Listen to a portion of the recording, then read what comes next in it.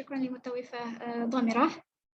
صباح الخير جميعا، أنا مطوفة فادلين، والآن إن شاء الله سأشرح لكم كيفية لأداء فريضة الحج التالية، يعني رمي الجمرة الثلاثة. Okay, next. Okay, next. Okay.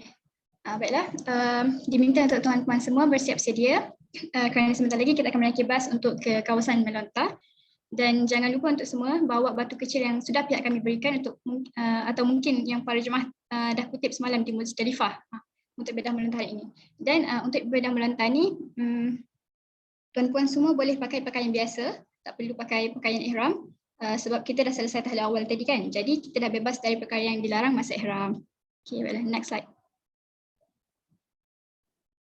Baik, qabla an nabda bi ibadat ar-rami al-jamrat, izinkan saya berkongsi sedikit dengan tuan-puan semua tentang ketiga-tiga jamrah yang kita akan jumpa sebentar lagi. Baiklah, al-jamrah allati tarmiyah huwa salasah. Awalan al-jamrah as-sughra atau awal jumrah بعد مسجد الخيف بمنى وترمي من جميع الجهات أيضا. الثاني جمرة الوسطى تقع قبل جمرة العقبة تجاه منى وترمي من جميع الجهات.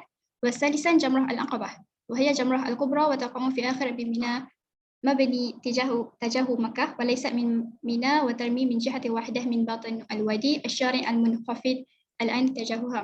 Okay, jamrah sughra merupakan jamrah pertama yang akan kita jumpa dan ianya terletak selepas Masjid Al-Khaif di Mina. Jamrah Al-Wusta pula sebelum Jamrah Al-Aqabah dan ianya terletak ke arah Mina. Dan yang terakhir adalah Jamrah Al-Aqabah. Jamrah ini adalah jamrah besar dan ia terletak di bangunan terakhir menuju ke Mekah. Jadi nanti bila kita nak melontar, kita akan dapati Mekah di sebelah kiri kita manakala Mina di sebelah kanan kita. Okay, next slide. Okay. Jadi kita semua akan berjalan dari Mina, kita semua akan berjalan melalui Terawang Muasim untuk ke tempat jamrah. Dan insyaAllah kita akan berulang alik dari kemah kita di Mina ke tempat melontar untuk melontar jamrah selama 3 hari. Jadi kita akan terus berada dan bermalam di Mina pada 11, 12 dan 13 Zulhijjah untuk melakukan lontaran di ketiga-tiga jamrah, dimulai dengan Jamrah Sughra, kemudian Jamrah Al-Wusta dan akhir sekali Jamrah Al-Aqabah.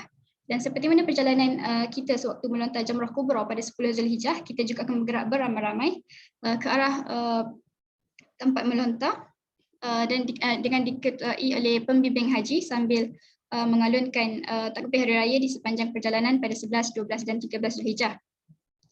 Jemaah haji semua boleh melaksanakan ibadah melontar ni mengikut harinya, iaitu pergi melontar pada setiap hari dari 11 hingga 13 Zulhijjah atau mungkin boleh dijamakkan.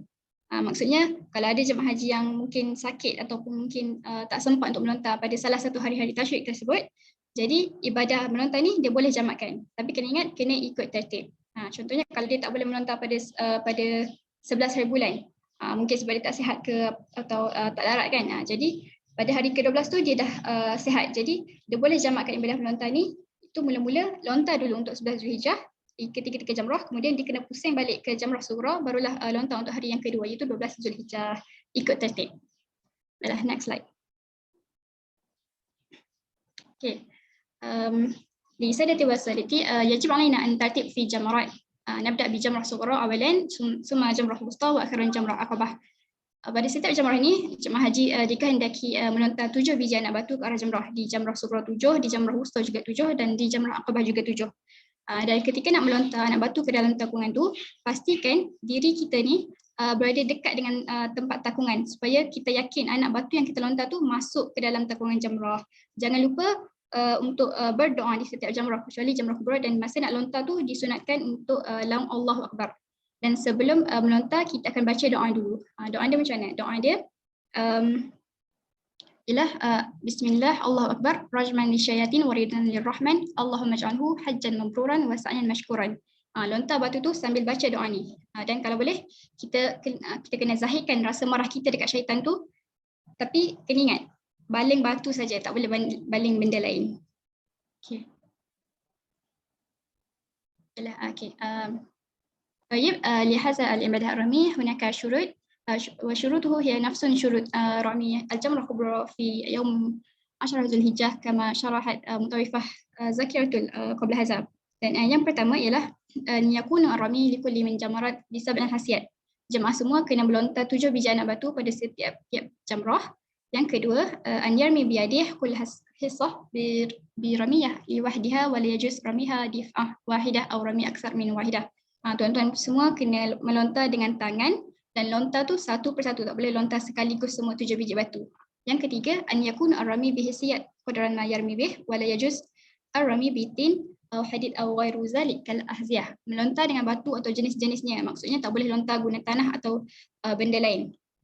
Yang keempat, an yaqsid al-marma wa an yatahakkiku min isabah al-hajar al-marma. Yakin 7 biji batu dan lontaran tu masuk jamrah. Jangan ada yang masa kita lontar tu terjatuh ataupun kita mungkin was-was masuk ke tak batu kita lontar tu kan. Tak boleh. Kena yakin. Kalau was-was kita perlu lontar lagi sehinggalah kita yakin masuk 7 biji. Dan yang terakhir adalah tertib baina al-jamarat. Tertib jamrah dimulai dengan jamrah sughra, kemudian jamrah wusta dan akhir sekali jamrah kubra.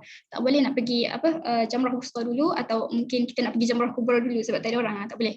Macam mana sekalipun kena start dengan jamrah sughra dulu. Okay, next slide. Okay, seterusnya mungkin ada antara jemaah yang memilih untuk melakukan nafar awal ataupun nafar sani. Apa nafar awal dan nafar sani ni? Okay. Nafar awal ialah إذا رمي الحج الجمار الثاني أيام تشريق يجوز له أن ينفروا إلى مكة أن يحب التعجيل في الانصراف من الميناء ويسمى هذا اليوم يوم النفر الأول وبه يسقط الرمي اليوم الثالث من أيام تشريق وهو قول أمه العلماء. Okay. Nafar awal ialah jemaah meninggalkan Mina pada 12 Zulhijjah tanpa mabit dan melontar jamrah pada 13 Zulhijjah dengan syarat-syaratnya. Syarat nak nafar awal ni dia tak bermabit pada malam ke-13. Kemudian jemaah haji tu telah pun sempurna mabit di Mina pada 11 dan 12 Zulhijjah. Dia telah menyempurnakan lontaran di ketiga-tiga jamrah pada 11 dan 12 Zulhijjah. Berkosat untuk melakukan nafar awal itu selepas melontar kubra tetapi sebelum melintasi sempadan Mina. Maksudnya dia kena berniat untuk nafar awal dalam kawasan Mina sahaja. Kemudian mestilah meninggalkan Mina sebelum maghrib pada 12 Zulhijjah dan tidak berazam untuk kembali semula ke Mina. Dan jika syarat-syarat nafar awal ni dia tak ikut, jadi dia akan dapat nafar sani. Nafar sani tak perlu kepada niat. Okay.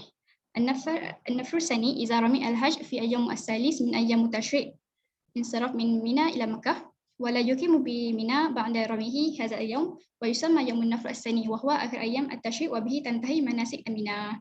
Okay, nafar sani terjadi apabila selesai mabit di Mina pada 11, 12, 13 Zulhijjah dan melontar di ketiga-tiga jamrah pada 11, 12, 13 Zulhijjah. Maksudnya dia buat ibadah haji macam biasa, ikut je apa yang muassasah disuruh. Jadi dia akan dapat nafar sani. Okay, next slide.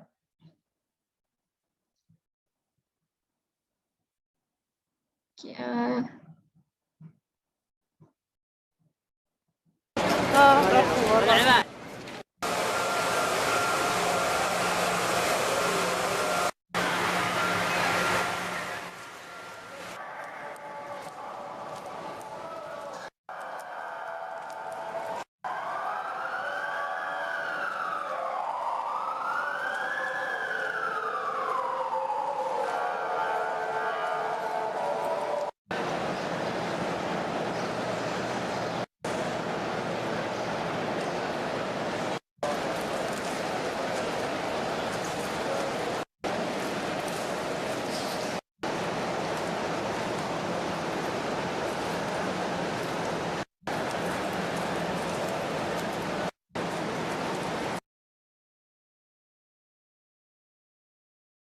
Okay, diharapkan dapat gambaran macam mana situasi melontar jamrah dengan orang ramai lagi kan. So diminta untuk semua berhati-hati. Okay, nahnu intahi ibadah rami jamrah wa insyaallah nahnu sanasab ila Makkah liadai ibadah tawaf. Hasab bapak mini, syukran. Bismillahirrahmanirrahim. Ana Siti Nurbaikis binti Zulkifli, mutawifah Balkis. Okay. الآن سأشرح عن طواف الإفاضة. Okay. So lepas wukuf di Arafah, mabit di Muzdalifah, melontar jamrah dan wayhaq semua, kita kembali ke Mekah untuk melakukan tawaf ifadah. Okay. Next slide. Okay, tawaf ifadah. Next slide. Okay, طواف الإفاضة. طواف الإفاضة ni ialah الطواف الذي يؤديه الحاج بعد أن يفيض من عرفة ويبيت بالمزدلفة فيأتي منى يوم العيد فيرمى وينحر ويلحق ويأتي مكة فيطوف بالبيت طواف الإفاضة. ولا يتحلل الحاجي تحلل أكبر من دون أن يفعله. Izan hukum menunaikan tawaf ifadah sebagaimana yang telah tertulis di slide sebelumnya. Tawaf ifadah adalah ruknul hajj, ruknun min arkanil hajj. Izan la yasihul hajj illa bihi wa la yanubu anhu syai'un. Maksud dalil untuk rukun haji ni qaulihi ta'ala ثم ليقضوا نفثهم وليوفوا نذورهم وليطوفوا بالبيت العتيق. إذن اتفاق فيه شدة وليطوفوا. شكرا أستاذ. إذن اتفاق أهل التفسير أن المراد بالطواف المأمور به في هذه الآية هي طواف الإفاضة. وأسماء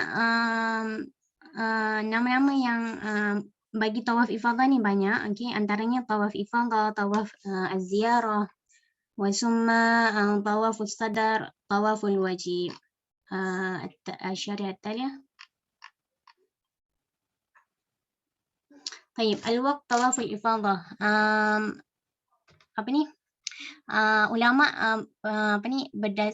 kalau dari segi Syafi'i dan Hambali, waktu bermulanya tawaf ifadah ni adalah ba'da muntasif lailatin nahri liman waqafa bi Arafah qablahu. Tapi kalau bagi mazhab Malikiyah dan Hanafiyah, waktu bermulanya tawaf ifadah ni min tulu'il fajri tsani yauman nahri.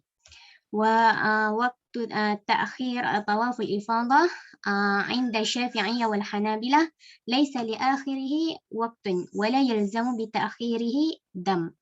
وعند الحنفية آخر أيام النحر ومن أخر عن ذلك الوجب عليه الدم. Sama juga kalau al-Malikiyah, kalau kita mengakhiri wa akhara an zalika wajaba alaihi dam. Tapi indal Malikiyah waktu terakhir untuk menunaikan tawaf ifadah adalah nihayatu syahri Zulhijjah. Thumma sunnat yusannuhu yaumin nahri awwalun nahar ba'da ar-rami wan nahri wal halq wa huwa afdalul waqtin li bidayatihi. Baik. Syariat taliah. Syurut tawaful ifadah ni dan kaifiyah tawaful ifadah ni saya hanya akan terangkan sepintas yang lalu je lah. Okay, sebabnya telah diterangkan oleh Mutawifah Natasha pada presentation yang lepas. Okay, syurut tawaful ifadah ni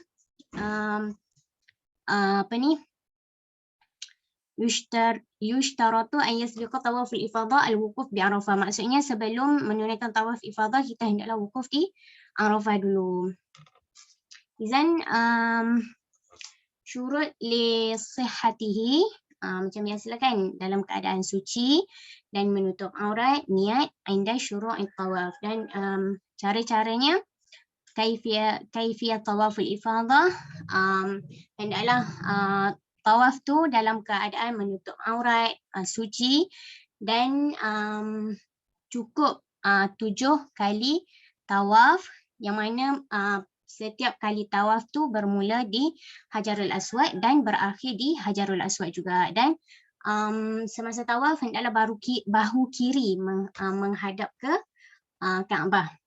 Okay, dan setiap antara 7 kali tawaf itu hendaklah mualah. Okay, next slide. Okay, sunat tawaf ifadah salat rakaatain istilam ar-rukn al-yamani, ad-du'a wa summa la ramala wa la idtiba'. Summa al-farqu baina tawaful ifadah wa tawaful qudum. Tawaful ifadah ruknun min arkanil hajj, lakin li tawaful qudum ruknun min arkanil umrah وهو سنة من سنن الحج. إذن أظن هذا فقط مني. شكرا. ينتقل إلى المطوفة الأخير يعني مطوفة خمسة. Okay. Bismillahirrahmanirrahim. Assalamualaikum warahmatullahi wabarakatuh. Ismi Mutawifah Qamisah. InsyaAllah al-an sa'ashrah lakum 'anil rukni al-haji wa huwa sa'i al-haji.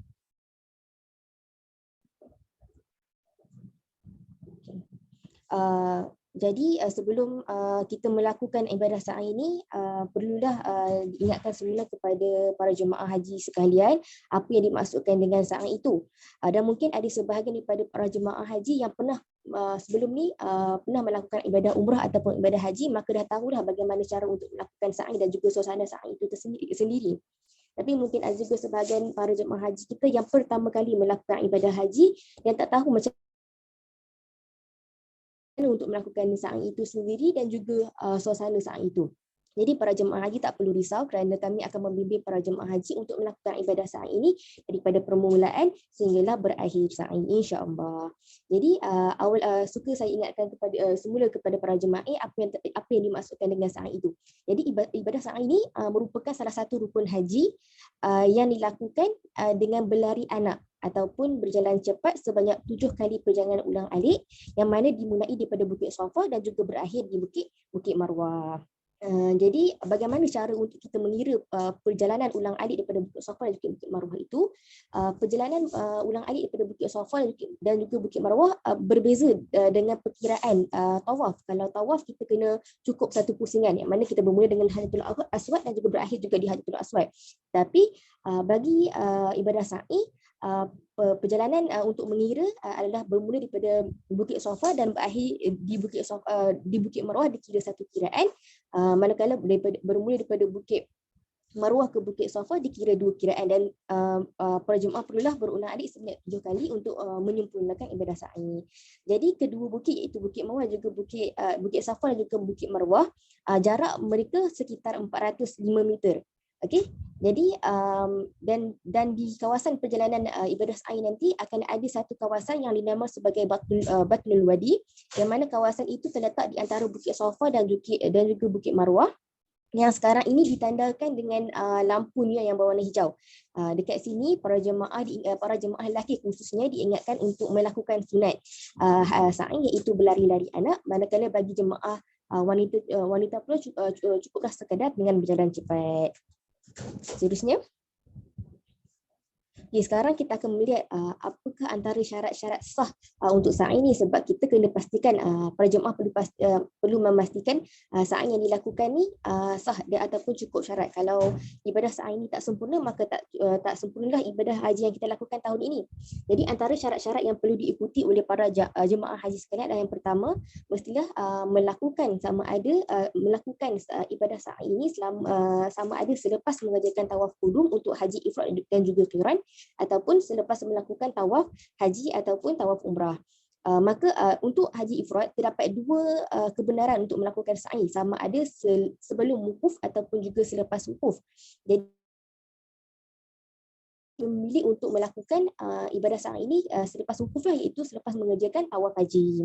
Seterusnya, mestilah bermula tawaf ini daripada Bukit Safa dan juga berakhir di Bukit Marwah. Tak boleh para jemaah haji untuk mula daripada Bukit Marwah dulu dan berakhir di Bukit Safa, sebab tak bolehlah, sebab nanti tak sahlah kita punya sa'i ni, ibadah sa'i kita ni.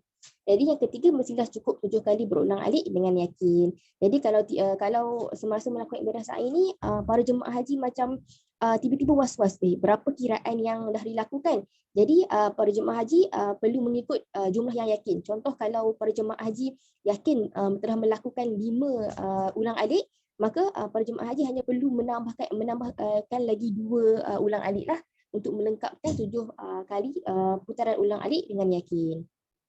Dan seterusnya adalah hendak sampai ke penghujung tempat sa'i di kaki Bukit Marwah dan di kaki Bukit Safa pada setiap pusingan. Tak bolehlah separuh-separuh je, nanti tak cukuplah jarak di antara Bukit Safa dan juga Bukit Marwah. Seterusnya adalah hendaklah melakukan sa'i ini di tempat yang telah ditetapkan.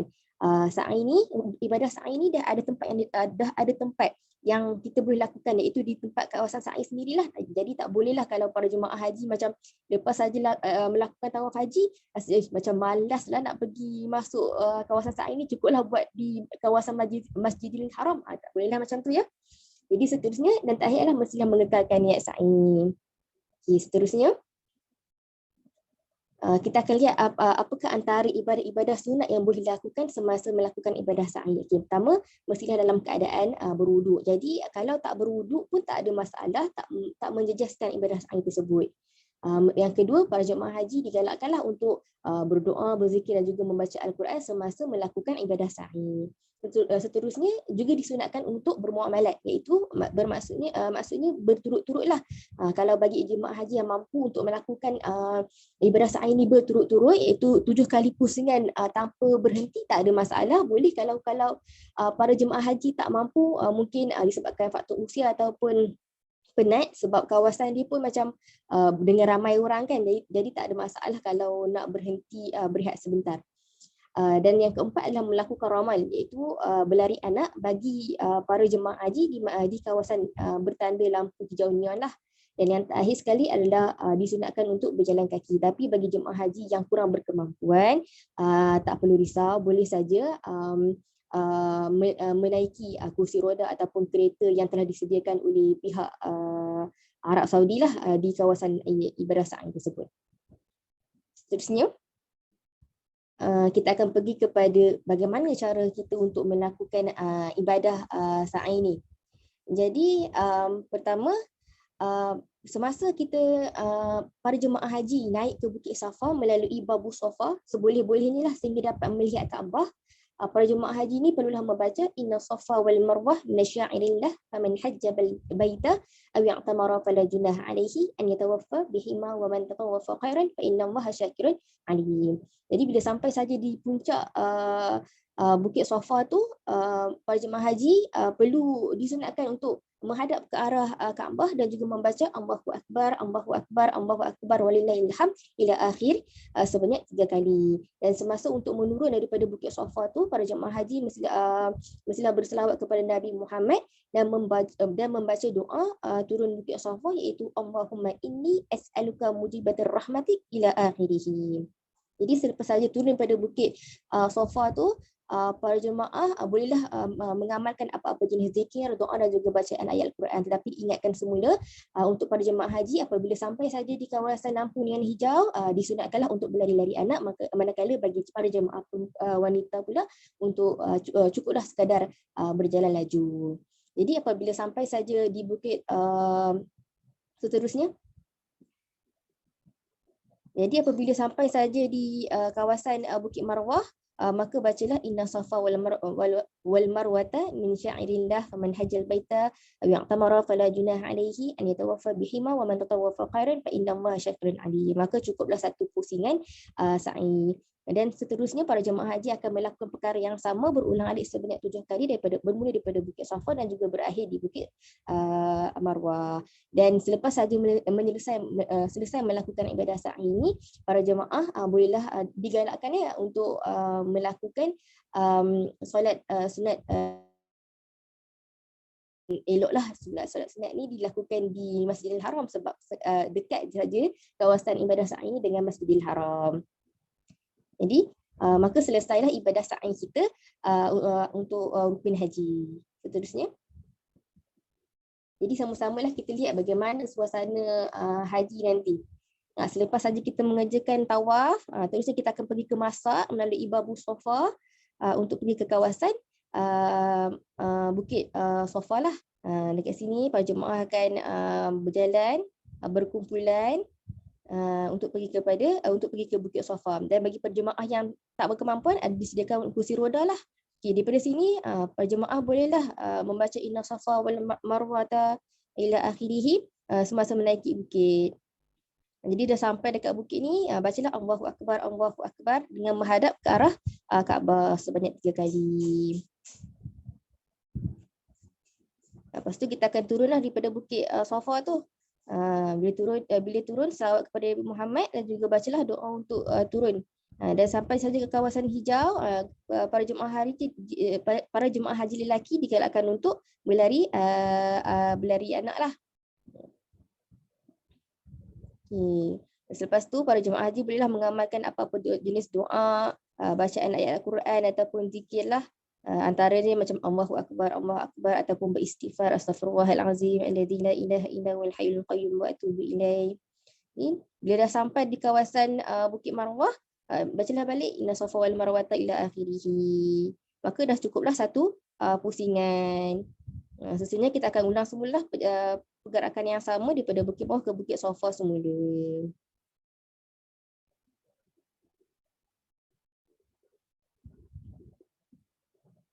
Seterusnya kita akan pergi kepada rukun haji yang seterusnya, iaitu tahlul sani. Seterusnya, tahlul sani ini sama seperti tahlul awal, dan tahlul sani ini juga dikenali sebagai tahlul akbar lah.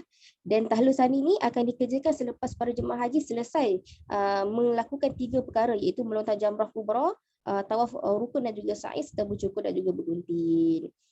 Jadi pada tahlul sani ini, maka para jemaah haji ini telah dilepas, telah terlepas daripada semua larangan ihram, termasuk berkahwin, mukadimah persetubuhan ataupun persetubuhan sendirilah. Tapi diingatkan jika para ibadah haji ingin melakukan umrah, umrah ini tidak boleh dikerjakan kecuali semua rukun dan juga wajib haji telah diselesaikan. Seterusnya, kita akan pergi kepada rukun haji yang seterusnya, itu tertib pada kebanyakan rukun. Okay, disebabkan agensi kami telah menyediakan perkhidmatan haji ifrad, maka terdapat 2 jenis urutan yang boleh diikuti. Urutan yang pertama adalah niat ihram haji, tawaf qudum, sa'i haji, wukuf, bercukur dan juga bergunting, serta tawaf haji. Ataupun urutan yang kedua, niat ihram haji, tawaf qudum ataupun sa'i haji, wukuf, tawaf serta bercukur dan juga bergunting. Jadi selepas saja kita memastikan tertib haji kita selesai, maka ibadah haji kita pun telah selesai pada tahun ini, alhamdulillah. Jadi sekarang kita akan meninggalkan Mekah Al-Mukarramah. Jadi sebelum kita meninggalkan Mekah Al-Mukarramah, bagi mazhab Syafi'i, eloklah kita untuk mengerjakan tawaf wada'.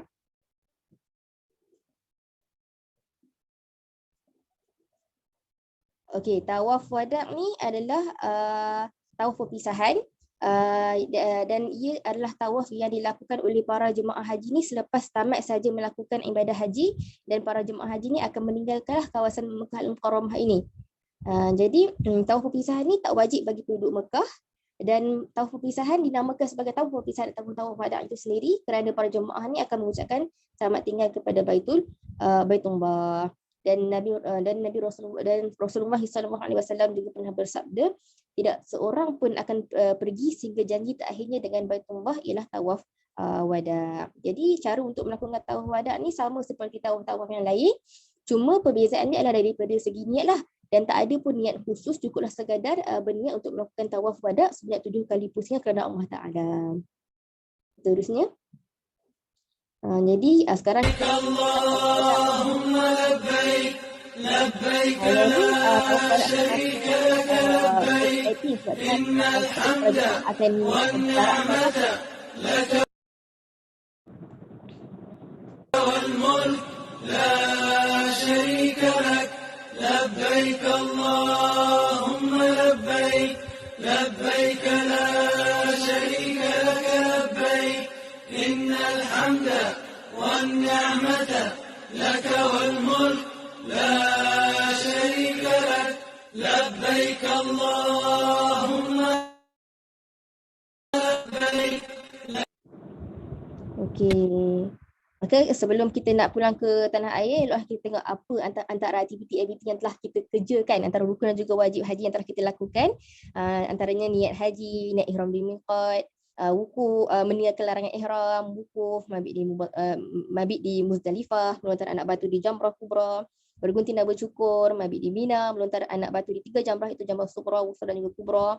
Kita juga telah selesai melakukan tawaf dan juga sa'i dan tertib pada kebanyakan rukun. Alhamdulillah, para jemaah haji kita telah selesai melakukan setiap rukun dan juga wajib haji. Sekarang kita akan pulang ke tanah air.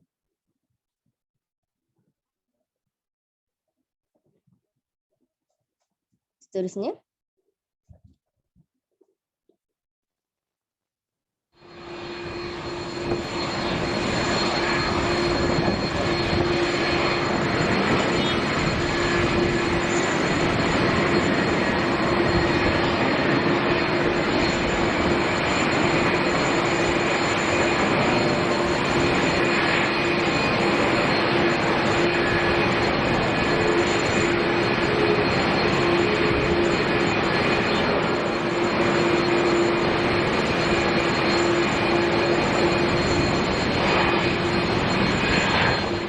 slide seterusnya, maka para jemaah haji pun telah sampai ke Malaysia.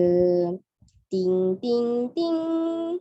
Tuan-tuan dan puan-puan, kita telah mendarat di lapangan terbang antarabangsa Kuala Lumpur. Bagi tujuan keselamatan, anda dikehendaki berada di tempat duduk sehingga isyarat pasangkan tali keledar dipadamkan dan pesawat berhenti sepenuhnya. Berhati-hati ketika membuka ruang penyimpanan di atas. Pastikan semua barangan kepunyaan anda telah diambil. Anda dibenarkan memasang telefon bimbit setelah tanda isyarat pasangkan tali keledar dipadamkan. Waktu tempatan 11 malam, hari Isnin 25 Julai dan suhu 28 darjah Celsius. Kepada semua pelawat, mengucapkan selamat datang ke Malaysia dan kepada warga negara, selamat pulang ke tanah air.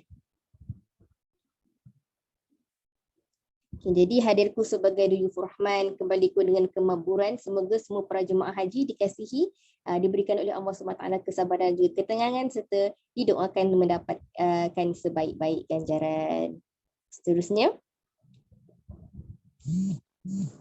oleh itu kami daripada pihak Munawwar Travel and Tour ingin mengucapkan terima kasih kepada semua para jemaah haji kerana memilih Munawwar Travel and Tour untuk haji mabrur anda.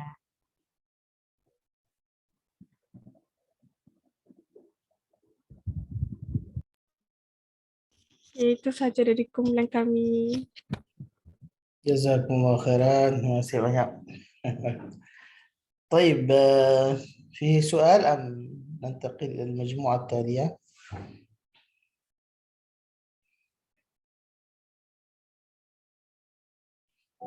في استفسار؟ لا يوجد. طيب ممكن ننتقل نستأنف إلى المجموعة التالية. أي مجموعة بقي؟ نعم أنتم. طيب ما شاء الله.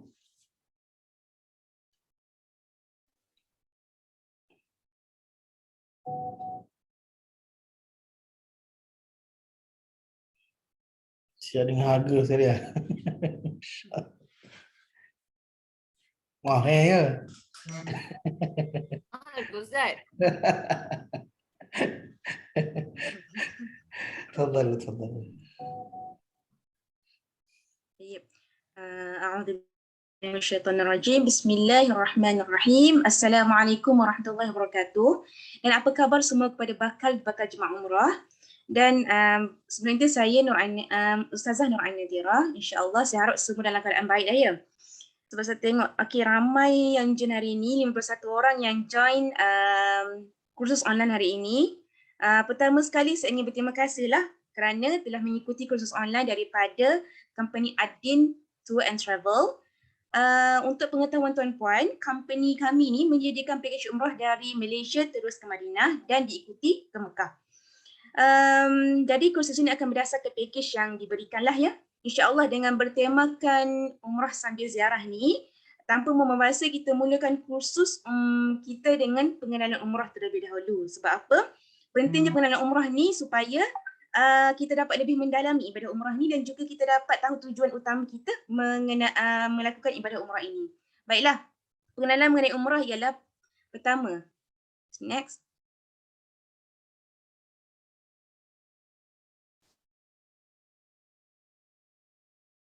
Okay, baiklah. Apa ni umrah sebenarnya kan? Okay, umrah ni ialah mengunjungi Baitullahil Haram, iaitu Kaabah, untuk mengerjakan ibadah-ibadah umrah dengan syarat-syarat tertentu.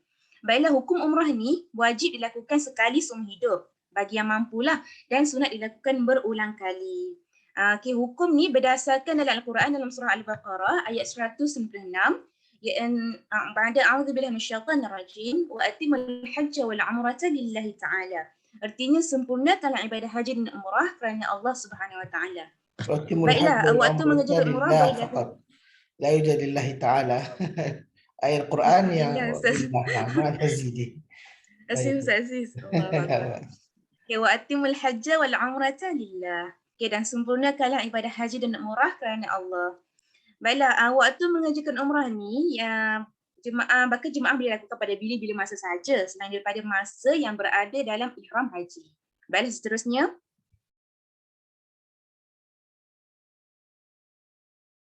Okey, baiklah.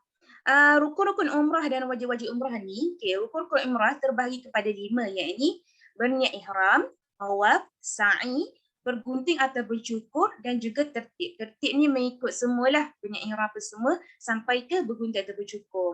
Okey, wajib-wajib umrah pula ialah berniat ihram dan berniat ihram di miqat dan meninggalkan larangan benda-benda yang melarang daripada membuat perkara-perkara ihram lah. Okey. Seterusnya.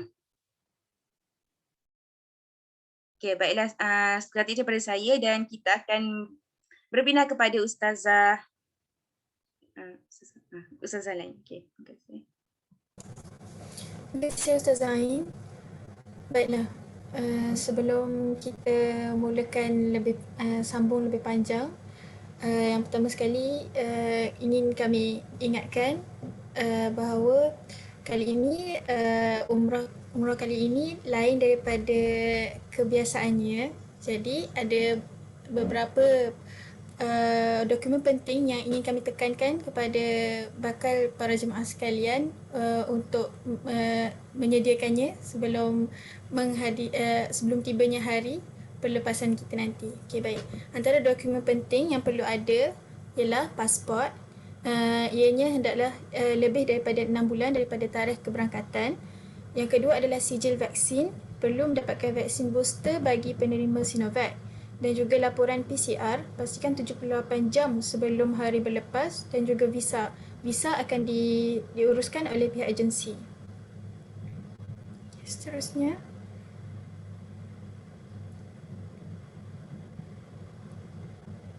Baiklah.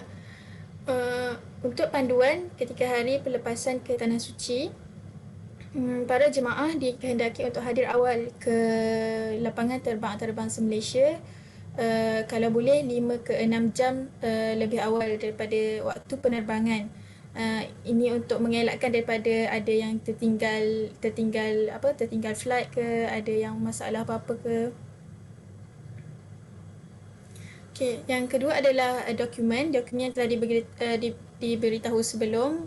Pastikan para jemaah semua menyediakan dan memastikan dokumen-dokumen ini diletakkan di satu tempat yang khas supaya ia tidak tercicir dan sebagainya untuk mengelakkan masalah-masalah yang tak diingini. Okay. Yang seterusnya adalah bagasi. Bagasi perlu diserahkan kepada petugas agensi dan taklimat. Taklimat akan diberikan pada hari penerbangan tersebut oleh pihak agensi. Seterusnya.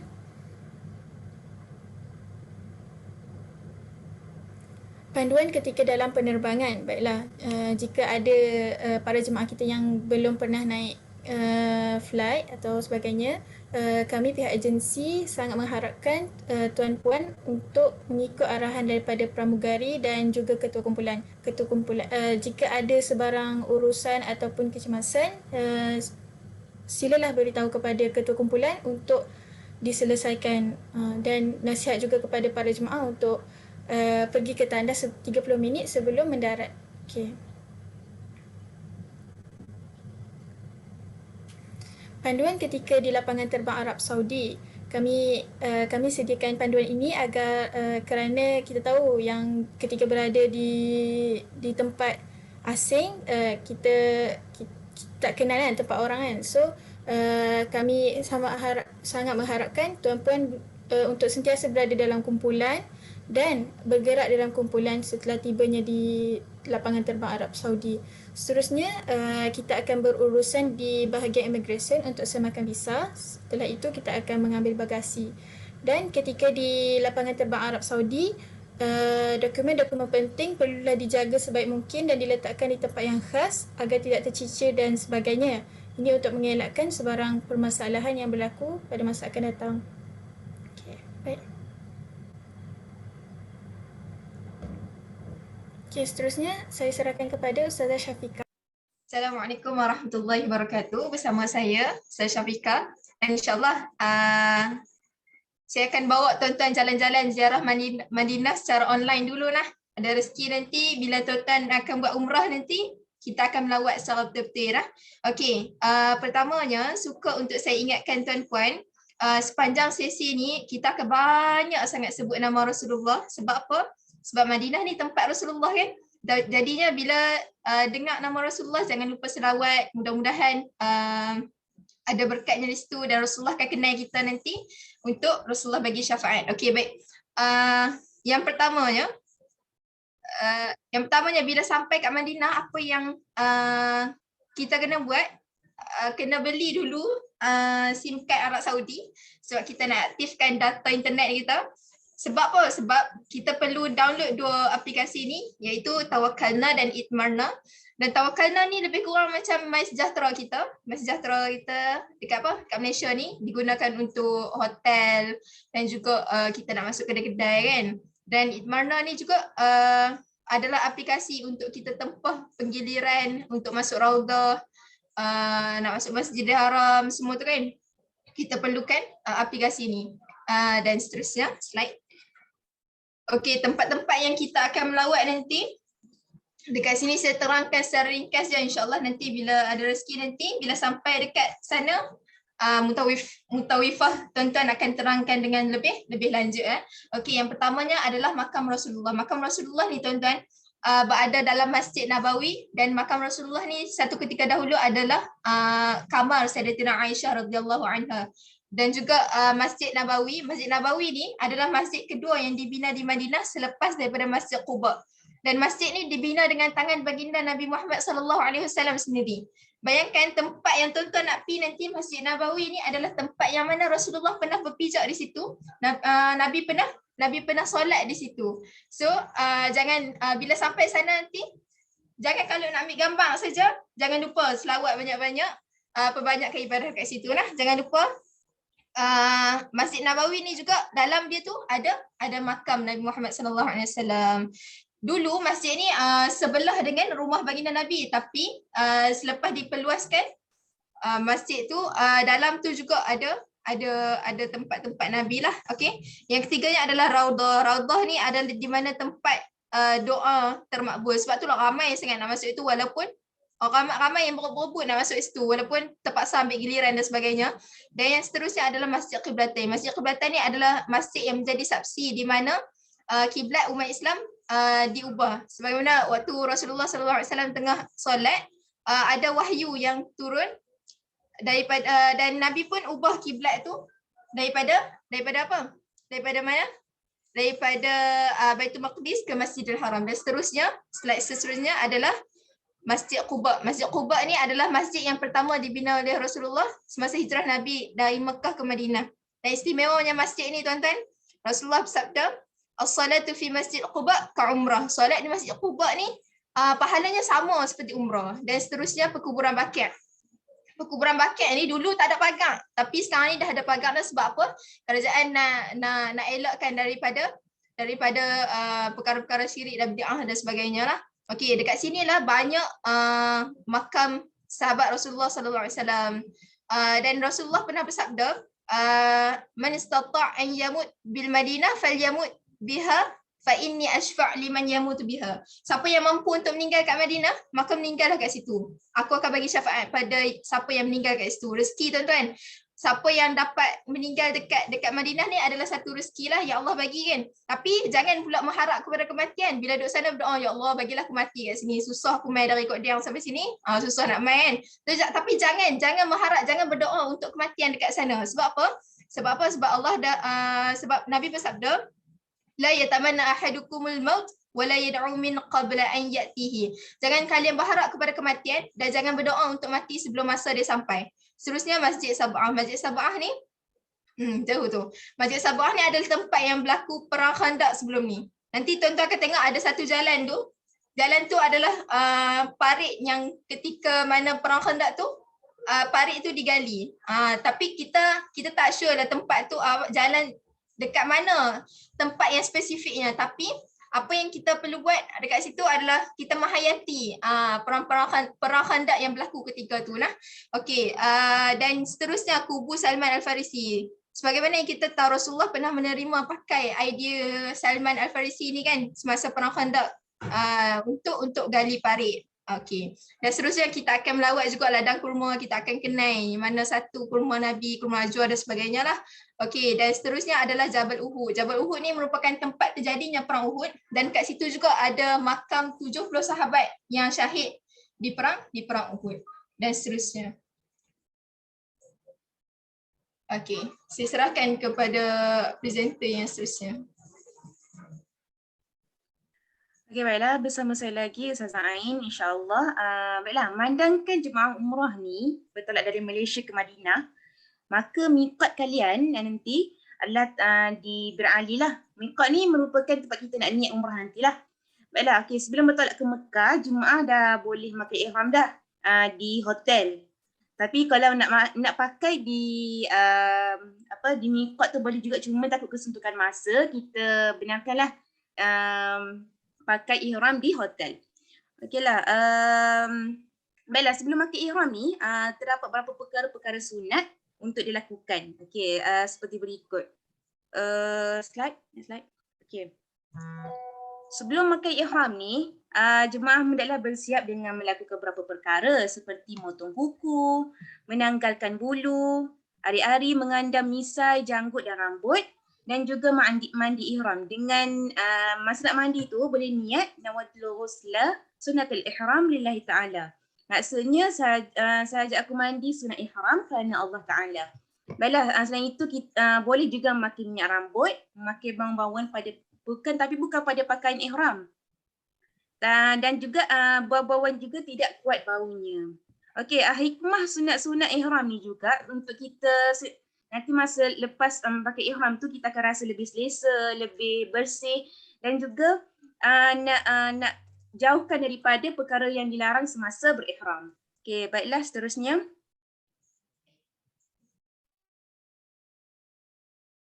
Baiklah, berikutlah persiapan dan ataupun cara-cara untuk kita memakai ihram. Seterusnya.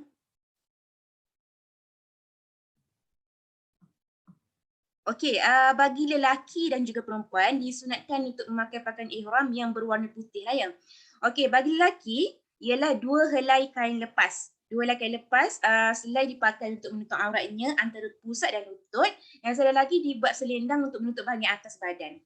Okey, seperti yang anda boleh tengok dekat buku-buku yang kami edarkan, tengok pada slide yang kami telah sediakan ni. Ini cara-cara pakaian ihram bagi lelaki. Okey. Yang seterusnya.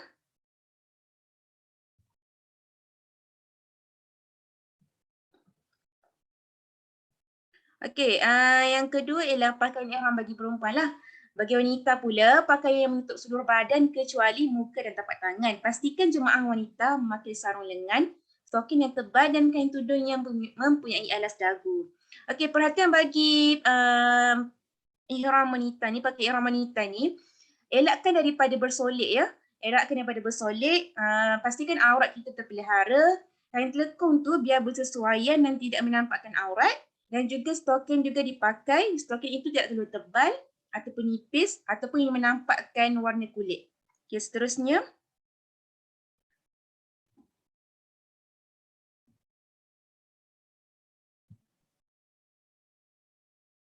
Okey, baik. Alright, selepas dah sampai dekat miqat tu, okay, selepas kita dah pakai ihram apa semua, jemaah, bakal jemaah ni digalakkan ataupun disunatkan untuk mengerjakan solat-solat ihram dengan lafaz niat dia, usalli sunnatul ihram rak'ataini lillahi ta'ala. Saja aku solat sunat ihram kerana Allah Ta'ala. Dan solat sunat ihram ni dilakukan di Masjid Bir Ali nanti, insya-Allah. Dan bagi solat sunat ihram ni senang je. Rakaat pertama dia kita boleh baca Al-Fatihah dan surah Al-Kafirun. Bagi rakaat kedua pula kita baca Al-Fatihah dan surah Al-Ikhlas. Okey, seterusnya.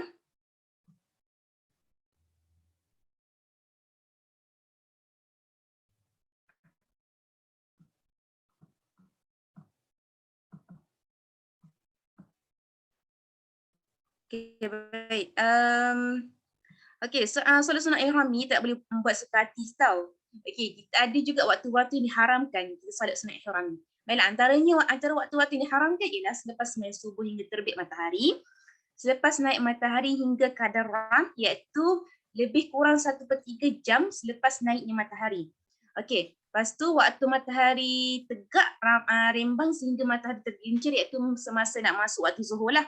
Dan tidak boleh dilakukan juga selepas sembahyang asar hingga terbenam matahari, dan semasa waktu matahari kekuningan hinggalah nak masuk malam lah. Okey. Dan insya-Allah itu saja daripada saya, dan kita berpindah kepada Ustazah. Okay, Assalamualaikum warahmatullahi wabarakatuh. InsyaAllah saya Ustazah Balkis bersama dua orang lagi Ustazah akan menerangkan tentang pantang larang dalam ihram. Okay, jadi diminta semua mengambil perhatian lah ya. Okey, di sini kami pisahkan kepada 3 kategori pantang larang dalam ihram. Yang pertama khususnya untuk lelaki, yang kedua khususnya untuk perempuan, dan yang ketiga untuk umum, perempuan dan lelaki lah. Okey, kita mula kepada larangan yang dikhususkan bagi lelaki. Okey, yang pertama memakai pakaian bersarung atau berjahit atau bercantum. Contohnya seluar, baju, kemeja, toke dan kasut yang menutup jari-jari kaki dan tumit. Okey, di sini saya lampirkan juga gambar kasut yang diharuskan dan tidak boleh. Okey, yang kedua menutup kepala atau sebahagian daripadanya seperti songkok, kopiah, sepai dan sebagainya. Okey, di sini juga saya lampirkan pakaian ihram bagi lelaki. Okey. Okey, seterusnya perkara yang harus dilakukan tanpa wajib menyempurnakan dam. Maksudnya tanpa membayar dam. Okey, yang pertama memakai kain pelikat dengan cara tidak disarungkan walaupun kain tersebut bercantum antara dua penjuru. Okey, memakai kain tuala, memakai kain pelikat lepas yang tidak bercantum antara dua penjurunya walaupun ada corak, berwarna-warni dan berbunga-bunga. Memakai tali pinggang, cincin dan kacamata. Yang ini dikategorikan sebagai alat, bukan pakaian. Jadi dia diharuskan untuk pakai. Okay, memakai sepatu yang menampakkan jari-jari kaki dan mempunyai tali pengikat di atas tulang keting yang menampakkan tumit. Okay, macam slipper. Okay, menutup kaki dengan kain ihram. Contoh misalnya situasi kalau kita sejuk, kita tutup dengan kain ihram. Itu diharuskan. Okay, menyemat pin antara dua hujung penjuru kain ihram sebelah bawah, tetapi tidak dibenarkan bagi kain ihram di sebelah atas. Bercawat dengan kain ihram yang tidak bersambung dan berjahit, dan last sekali memakai lampin pakai buang bagi yang berpenyakit kencing tidak lawas. Okey. Okey, ada yang tanya, Ustazah, kalau terlanggar atau tak sengaja macam mana? Okey, tak apa. Okey, tengok sini. Okey, sekiranya seorang lelaki berada dalam ihram umrah memakai pakaian yang dilarang dalam kategori ini secara terlupa atau tidak sengaja, okey, maka dia tidak berdosa dan tidak dikenakan dam. Tetapi dia hendaklah menanggalkan pakaian tersebut dengan segera apabila dia diingat atau diingatkan. Tetapi jika dia melengah-lengahkan dalam keadaan dia mampu berbuat demikian, maka dia berdosa dan dikenakan dam, iaitu takhyir dan takdir.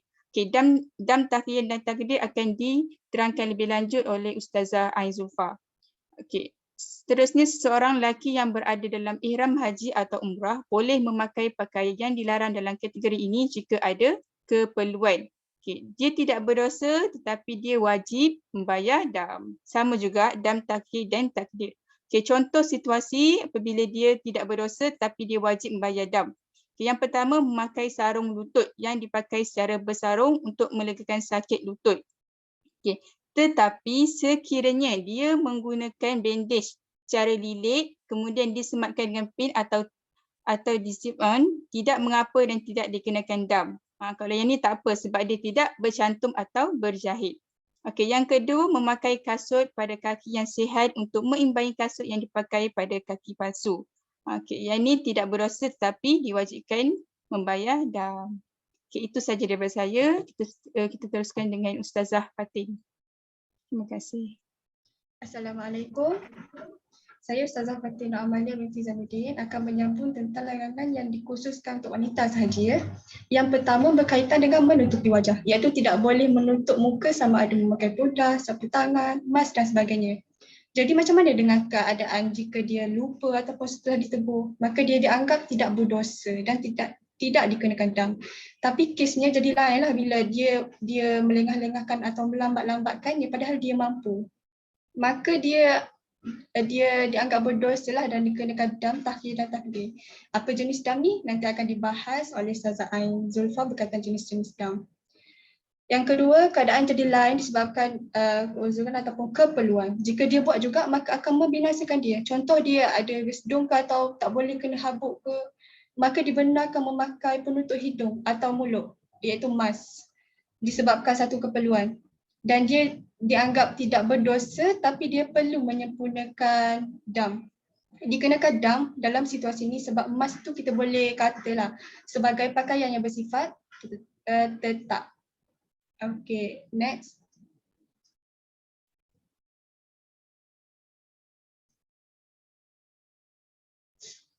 Okay, lepas tu seorang wanita juga boleh menutup muka dan hidungnya dengan tangan untuk mengelakkan habuk daripada masuk ke dalam hidung dan mulutnya itu tanpa wajib menyempurnakan dam. Kali ini tidak dikenakan dam macam situasi sebelumnya yang Ustazah cakap tadi. Mengapa, kenapa dan bagaimana? Okey, sebab lebih kepada seseorang tu nampak asap atau habuk, pasti dia tutup dengan tangan serta-merta. Sebab tangan ni dia bukan bersifat tetap kan, beza dengan emas tadi. Yang kedua, memakai kosmetik. Sumber ni Ustazah ambil daripada website pejabat Mufti Wilayah Persekutuan Malaysia, ada Q&A kat situ, jadi disebabkan dia berkait, Ustazah masukkan sekali. Segala alat-alat kosmetik yang bertujuan untuk kecantikan dan kemewahan adalah termasuk dalam larangan yang dikhususkan untuk wanita. Manakala apa-apa yang bukan bertujuan sedemikian dibolehkan, seperti penggunaan lipstick kan, macam lip balm untuk melembapkan bibir atau lotion yang untuk yang tidak mengandungi wangi-wangian dengan tujuan untuk melembapkan kulit atau lain-lain yang seumpama dengannya. Next.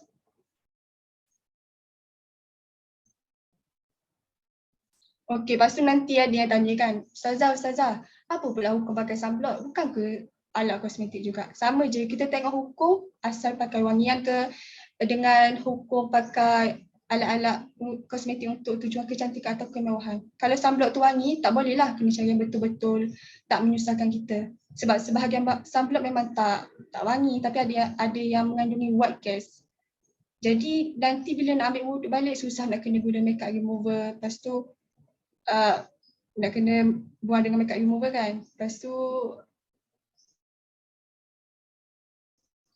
nanti ada tanya, lepas tu apa pula hukum pakai sunblock kan?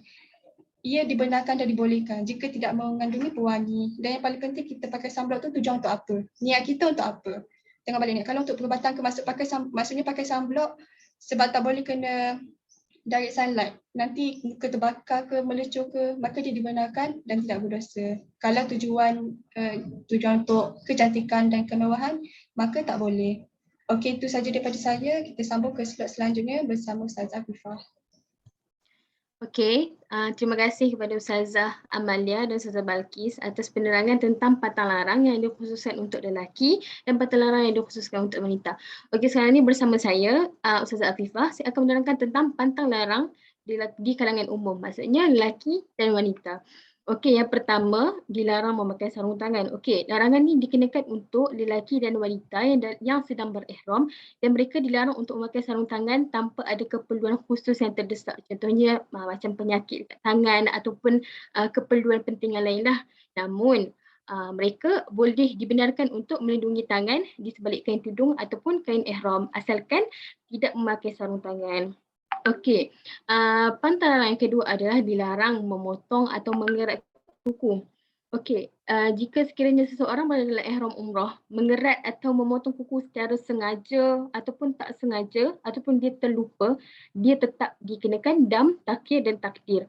Okey, tapi dia tidak berdosa kalau kita buat benda ni secara tak sengaja, tapi dia akan jadi jatuh hukum dosa bila kita sahaja buat. Okey, Ustazah, macam mana pula kalau kuku saya tercabut sendiri, tertanggal sendiri, saya kena bayar dam ke tak? Okey, kalau kuku kita tertanggal sendiri, maka kita tidak dikenakan dam. Kita juga boleh mencabut kuku yang mengganggu keadaan kita untuk beribadah. Contohnya macam kuku kita nak tercabut kan, jadi kita boleh cabut tanpa dikenakan dam sebab dia mengganggu proses kita nak beribadah. Okey, seterusnya. Okey, pantang larang yang seterusnya adalah dilarang memakai bau-bauan sama ada di badan, di makanan, pada makanan, minuman atau menghidunya ke dalam hidung. Okey, dia ada 3 bahagian. Yang pertama pada badan, yang kedua pada makanan dan minuman, yang ketiga pada wangian. Okey, kita go on yang pertama dulu, yang di badan. Okey, seseorang yang berada dalam ihram umrah boleh menggunakan ubat gigi, sabun mandi, shampoo, cuci muka, minyak angin dan sebagainya. Okey, Ustazah, katanya tak boleh pakai bau-bauan kat badan tapi awak boleh guna shampoo, sabun semua tu. Okey. Walaupun bahan-bahan ke atas ni dia berbau wangi, tapi kita boleh gunakan barang-barang tersebut atas niat kebersihan, bukannya untuk berwangi-wangian. Jadi seseorang yang berada dalam ihram umrah boleh menggunakan barang-barang tersebut untuk niat kebersihan. Okey, seterusnya, slide seterusnya. Okey, pada makanan dan minuman. Okey, kat sini saya ambil contoh kek vanila dan air teh yang wangi lah. Sebab apa? Sebab dua-dua makanan dan sebab makanan dan minuman ni bau dia kuat kan, bau wangi kan. Jadi boleh dah orang yang dalam ihram ni nak makan makanan wangi sebab kata dekat pantang larang tadi tak boleh kan. Okey, jadi seseorang yang berada dalam ihram umrah boleh untuk makan kek yang berperisa vanila dan minum air kotak teh wangi. Sebab apa? Sebab bahan pewangi yang kita guna dalam makanan dan minuman ni adalah untuk menyedapkan makanan dan minuman tersebut, bukan untuk berwangi-wangian. Jadi jangan risaulah, tak payah takut kalau pergi umrah tak boleh makan kek vanila pula kan.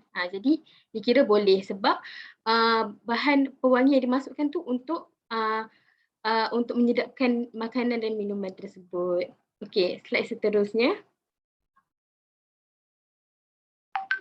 Okey, yang ketiga pada wangian. Okey, dia ada 3 keadaan. Okey, yang pertama, jika tuan-puan memakai ataupun menghidu bau-bauan wangi secara terlupa ataupun tak sengaja, jadi tuan-puan nak kena buat apa? Okey, tuan-puan kena hilangkan kesan bau-bauan tersebut dengan segera apabila tuan-puan teringat.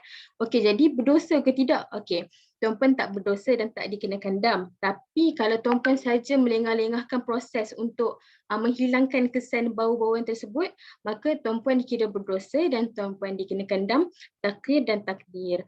Okey, situasi yang kedua pula, jika tuan-puan dicalit ataupun disembur dengan minyak wangi pada badan tuan-puan tanpa rela, maksudnya ada orang mai calit minyak wangi kat tuan-puan tanpa tuan-puan tersedar, tanpa kerelaan tuan-puan. Okay, tuan-puan nak kena buat apa? Tuan-puan kena hilangkan kesan bau-bauan tersebut dengan segera dan tak berdosa dan tak dikenakan dam. Tapi kalau tuan-puan saja melambatkan proses untuk hilangkan kesan minyak wangi tersebut, maka tuan-puan dikira berdosa dan dikenakan dam, takhir dan takdir yang akan diterangkan oleh Ustazah Ain Zulfa sebentar lagi. Okey, situasi ketiga pula, jika tuan-puan memakai semula kain ihram yang disapu dengan minyak wangi setelah ditanggalkan daripada badan, hukumnya adalah haram dan dikenakan dam, takhir dan takdir. Okey, Ustazah, macam mana pula kalau minyak wangi tu tersebut berpindah melalui peluh? Okey, kalau minyak wangi tuan-puan yang dilumur pada badan tu berpindah kepada kain ihram melalui peluh, maka tak mengapa dan tuan-puan boleh memakai semula tanpa dikenakan dam sebab dia berpindah melalui peluh, bukan tuan-puan yang calik sendiri. Okey, seterusnya, slide seterusnya.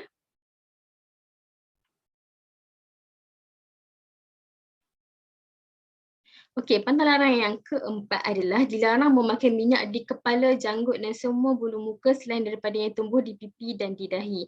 Okey, jika tuan-puan memakai minyak pada bahagian tubuh yang tak dibenarkan secara terlupa ataupun tak sengaja, maka tuan-puan nak kena buat apa? Okey, tuan-puan kena hilangkan kesan minyak tersebut dengan segera apabila tuan-puan tersedar dan tuan-puan tak berdosa dan tak dikenakan dam. Tapi kalau tuan-puan saja melengah-lengahkan dalam keadaan tuan-puan mampu untuk menghilangkan kesan minyak wangi untuk menghilangkan kesan minyak tersebut, maka tuan-puan dikira berdosa dan dikenakan dam, takhir dan takdir.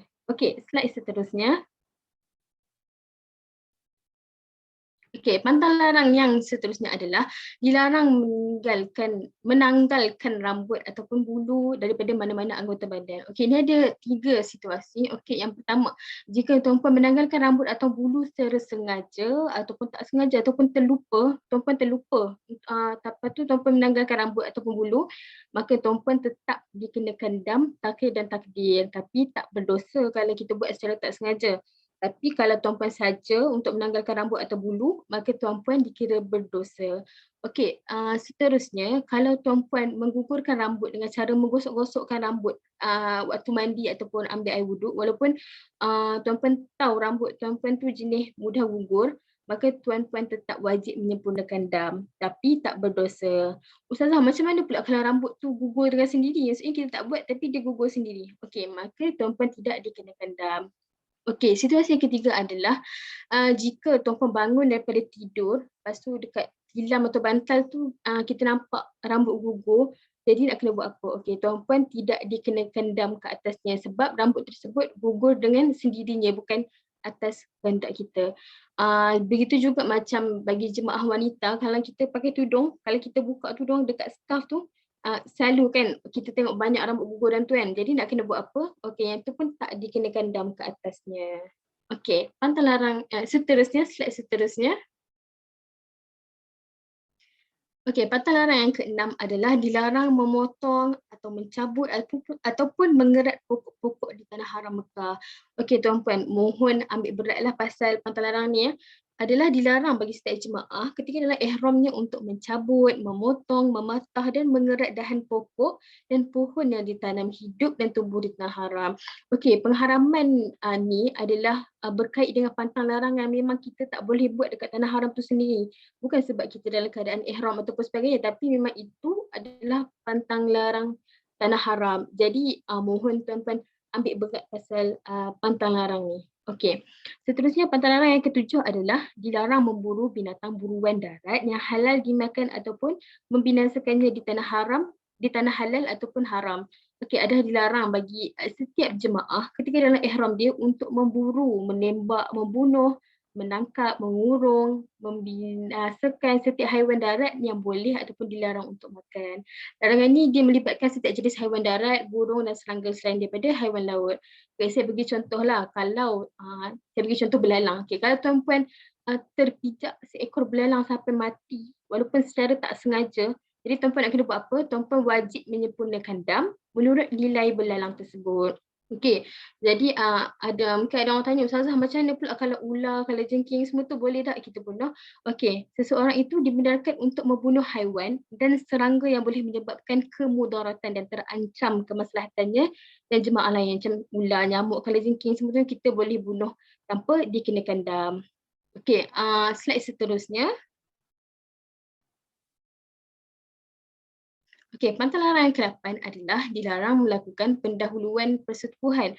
Okey, setiap jemaah lelaki dan wanita dalam ihram adalah dilarang untuk melakukan muqaddimah kepada persetubuhan sama ada dalam bentuk perkataan, perbuatan, layanan, isyarat tubuh atau sebagainya. Okey, jadi mungkin ada orang tanya, Ustazah maksudnya saya tak boleh pegang tangan suami saya ke? Macam tu lah kan. Okey, jadi suami isteri ataupun mahram atau muhrim dibolehkan untuk memegang tangan ketika dalam ihram dengan syarat mereka perlulah dalam keadaan di mana kita sebut masyaqqah, iaitu keperluan dengan tanpa rasa syahwat. Mungkin contohnya dalam kesakitan ataupun seperti tujuan keselamatan dan sebagainya. Asalkan syarat perlukan tersebut ataupun syarat untuk pegang tangan tersebut adalah bukan untuk bersyahwat. Jadi dibolehkan. Okey, pantang larang yang seterusnya adalah dilarang bersetubuh ketika dalam ihram. Okey, pantang larang yang terakhir adalah dilarang berkahwin ataupun mengahwinkan ataupun menerima wakil kahwin. Okey, jadi semua perbuatan berkahwin, mengahwinkan ataupun menerima wakil kahwin adalah dilarang sama sekali ketika jemaah itu dalam keadaan berihram. Bahkan macam aktiviti pra-perkahwinan dan pasca perkahwinan contohnya seperti berisik, meminang, bernikah adalah tidak sah dan akad nikah juga dikira haram. Okey, sekian itu saja dari saya. Semoga harapnya tuan-puan dapat mengambil berat tentang pantang larang ihram ini supaya dapat memudahkan proses ibadah kita sewaktu menunaikan umrah. Okey, seterusnya saya pas kepada Ustazah Ain Zulfa. Terima kasih.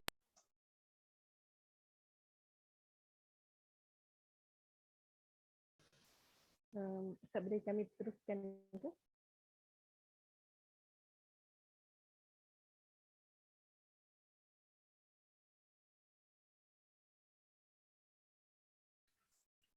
Okay. بقي دقيقتان في الحقيقة ونحن يعني لا نريد أن نتجاوز لأن عندكم فصل بعد هذا صحيح؟ نعم نحن لا نريد أن يعني نعمل مشكلة مع غيرنا فأظن لا بأس. بقي يوم الخميس آخر إن شاء الله مجموعتين. صحيح بقي مجموعتان. صح. نعم نعم. إذن الدين تور انتريفر كذلك المجموعة الأخرى إن شاء الله ننهي إن شاء الله. لا بأس نلتقي يوم الخميس حتى نكمل إن شاء الله سويا. وغرضي لماذا نريد كل واحد يعرض ويكون لايف بدون ريكورد، يعني حتى ممكن فقط فريقان ثم الباقي خلاص، لكن هذا المنفعة يكون للأفراد فيما بعد، لأنه هذا حج وعمرة طبعا شيء مهم، وأنتم في المدرسة ربما ستعملوا يعني ستستخدمون هذه المعلومات وإذا ما تناقشتم جيدا في المجموعة ودون العرض وكأنه يعني stimulating، فربما واحد منا لا يعرف حج ما ركن السنة فعمره ما كيف، فهذا الذي مشكلة يعني، وأنتم أساتذة، فهذا هو الغرض. وإن أخذنا وقت قليل يعني masih panjang juga lah kan.